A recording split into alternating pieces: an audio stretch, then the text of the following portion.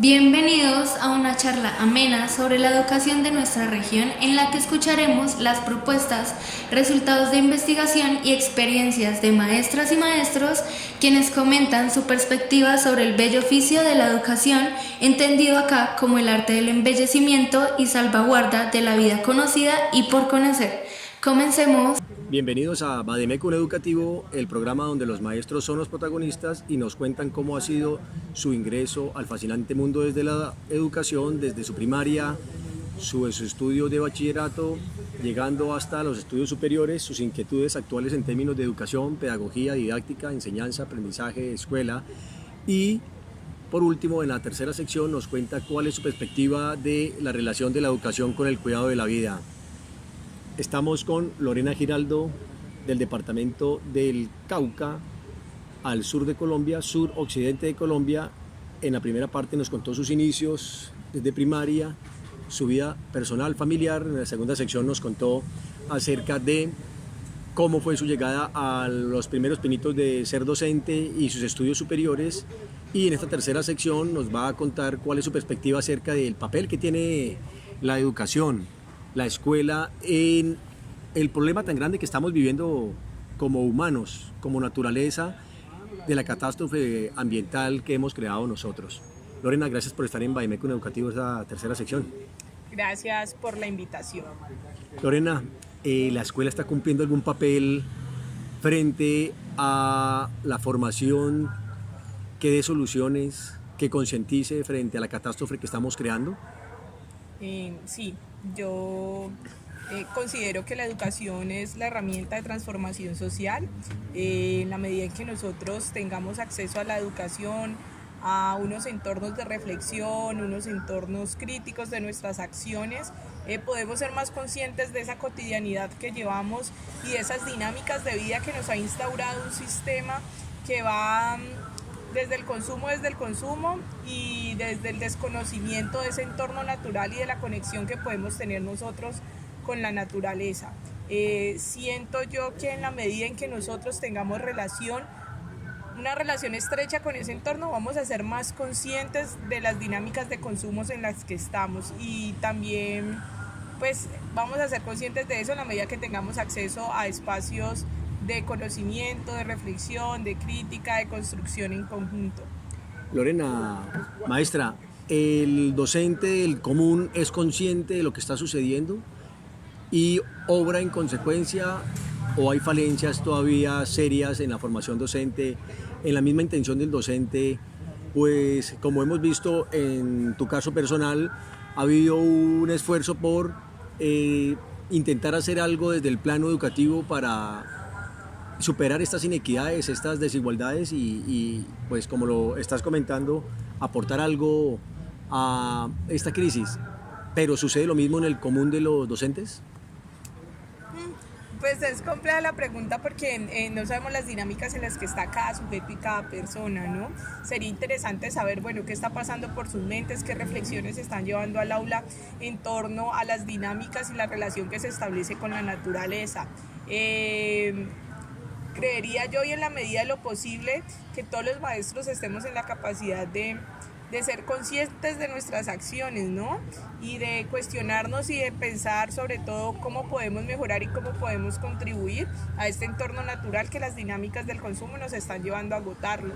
Sería interesante pues plantearse, no sé, pues una gran idea de qué están pensando los maestros, si son conscientes o no de esas dinámicas, pero creería yo que bueno, desde nuestras prácticas cotidianas podemos empezar a hacer algo y en la medida en que nosotros podamos iniciar y podamos ir vinculando a otras personas, se puede contribuir. Lorena, te cuento que en anteriores entrevistas de Bademecum ha habido posturas disímiles. Unos maestros piensan que la verdadera acción consiste en cosas prácticas, reciclaje, uso de la bicicleta, etcétera. Otros optan por un proceso de concientización, concienciación, que invite al estudiante a reflexionar sobre su contexto y sobre la huella que deja sobre la naturaleza cada una de sus acciones. ¿En qué postura estás tú? o sea, yo siento que todas son como una escalerita que necesitamos ir avanzando y cada paso es importante y es, digamos, un aporte importante a la naturaleza, ¿sí? Pues desde el reciclaje, desde el uso de medios alternativos que vayan pues en cuidado en pro del medio ambiente, pues es interesante y es un aporte que se le está haciendo. Pero también siento yo que, bueno, yo estaría de esta posición, los cambios empiezan desde elementos muy pequeños como eso, pero también siento que hay que trascender y ser el consciente del por qué hacemos todo eso y así poder involucrar a otras personas. En mi caso, pues uso un medio alternativo de transporte, procuro hacer una adecuada clasificación de recursos en mi casa, pero también desde mis prácticas pedagógicas, desde los escenarios en los que estoy, procuro generar esa conciencia a los otros. Maestra, ¿qué opinión tiene usted de la situación creada por la humanidad en este mundo tan destruido? Usted nos comentaba que vive en una zona llena de naturaleza como es el departamento del Cauca. Muchas personas que conocen el país Colombia dicen que son las tierras más bellas del país. El hombre es el que ha causado esta dramática sequía de los ríos, tala de árboles, bueno, toda esa situación compleja que tú nos describiste en la primera sección de Vademecum Educativo. ¿La escuela tiene responsabilidad en ello? Sí, de cierta manera. Cuando nos dedicamos solo al contenido y a la transmisión de información con nuestros estudiantes, no los incitamos a pensar desde el contexto y para el contexto, ¿no? Es importante generar en estos espacios educativos reflexiones en torno al espacio en el que están, dónde quieren ver ese espacio en la medida en que hacia dónde lo están proyectando. Si vamos desde la extracción, pues a dónde va a llevarnos ese lugar. Entonces, desde el contexto educativo, desde la escuela, se pueden hacer muchos cambios. Algún otro maestro nos comentaba que las pequeñas acciones van sumando. Sí, claro, sin duda alguna. Y es lo que pienso y lo que abordábamos hace rato con la pregunta anterior. Es un escalón. Y cada acción nos va llevando un escalón en el que nos permite tener un panorama más amplio de la condición natural en la que estamos en este momento y pues a modo de ciudad y de zona incluso rural nos damos cuenta de que el problema ambiental es complejo, ¿no? Y es ese devastamiento que hay del recurso natural. Lorena, maestra, ¿quiénes son los encargados, quiénes son los llamados, las llamadas a hacer un análisis oportuno, pertinente, profundo de todas esas prácticas, hacer una consolidación periódica cada 3 años, cada 5 años, de los logros, los avances que se van teniendo en el campo educativo a este respecto? Pues los maestros podemos hacer ese análisis, pero también digamos que se necesita de una política pública que acompañe esos procesos dentro de las instituciones. Pues si bien es cierto que los maestros tenemos muchas responsabilidades dentro de lo académico, se hacen acciones muy valiosas y enriquecedoras, pero es necesario también que las instituciones oficiales se involucren en estos procesos. ¿Los grupos de investigación de docentes cumplen un papel allí? Sí, considero que sí, aunque no es mi línea el proceso pues de todo lo ambiental y demás. Considero que desde los semilleros de investigación, los grupos y demás, se plantean nuevas estrategias y nuevas formas para contribuir al cuidado. ¿Consideras que en un futuro no muy lejano esos futuros estudiantes de maestrías, de especializaciones llevarán una semilla frente a este campo? Sí, la idea es que ni siquiera cuando finalicen sus procesos académicos, sino que una vez desde sus acciones y desde sus prácticas, ¿no? La idea es esa, que se involucre y... No esperar aún más, sí, es ahora. Es ahora, desde el momento en el que uno es consciente de la problemática, tomar acciones para... Lorena, estamos en los últimos 2 minutos de esta tercera sección de Vademecum Educativo. Alarguémosla un poquito porque la charla está interesante.